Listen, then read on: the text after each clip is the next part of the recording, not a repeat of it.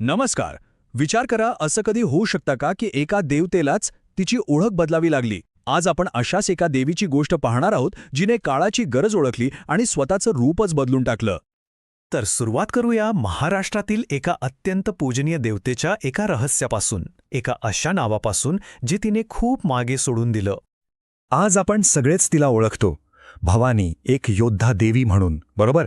पण गंमत म्हणजे तिची ओळख नेहमीच ही नव्हती.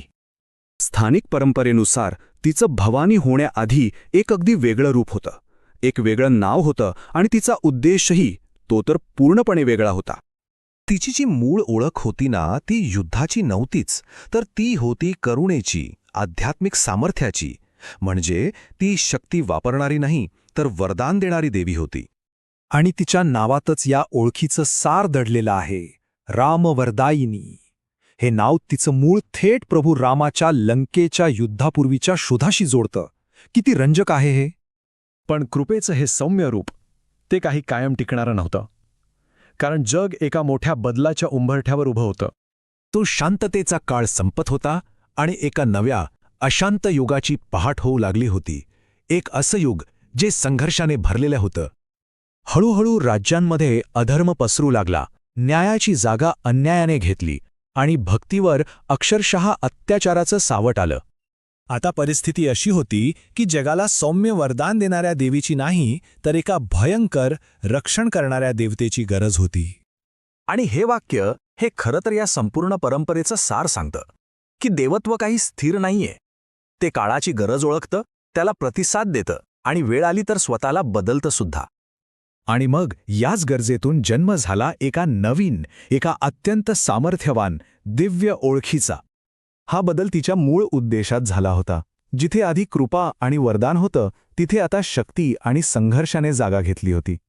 ती फक्त आता बचाव करत नव्हती, नाही, तर त्या युगाच्या संकटाचा थेट सामना करण्यासाठी तिने एक सक्रिय भूमिका घेतली होती. तिचं हे नवीन नाव भवानी हे निर्मिती आणि विनाश या संपूर्ण चक्रावरील तिच्या अफाट शक्तीचं प्रतीक बनलं. म्हणजे तिची नवीन ओळख एकदम स्पष्ट होती. ती शस्त्र धारण करणारी होती. तिने रक्षणाचा संकल्प केला होता आणि अधर्माचा नाश करणं हेच तिचा व्रत होतं.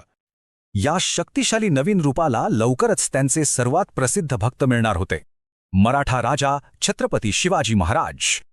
असं म्हणतात की देवीने त्यांना एक तलवार दिली, पण खरं वरदान ती तलवार नव्हती, तर तिचं मार्गदर्शन होतं. तिचा आदेश अगदी स्पष्ट होता, फक्त राज्य जिंकू नकोस, त्याहूनही मोठं काहीतरी कर, धर्माचं रक्षण कर.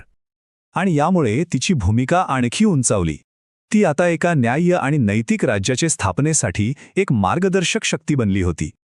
तर मग ह्या देवीच्या रूपांतराच्या कथेतून आपल्याला काय शिकायला मिळतं? हा सगळा बदल इतका महत्त्वाचा का आहे? या कथेचं खरं सार फक्त नाव बदलण्यात नाहीये, तर त्यामागच्या कारणामध्ये आहे.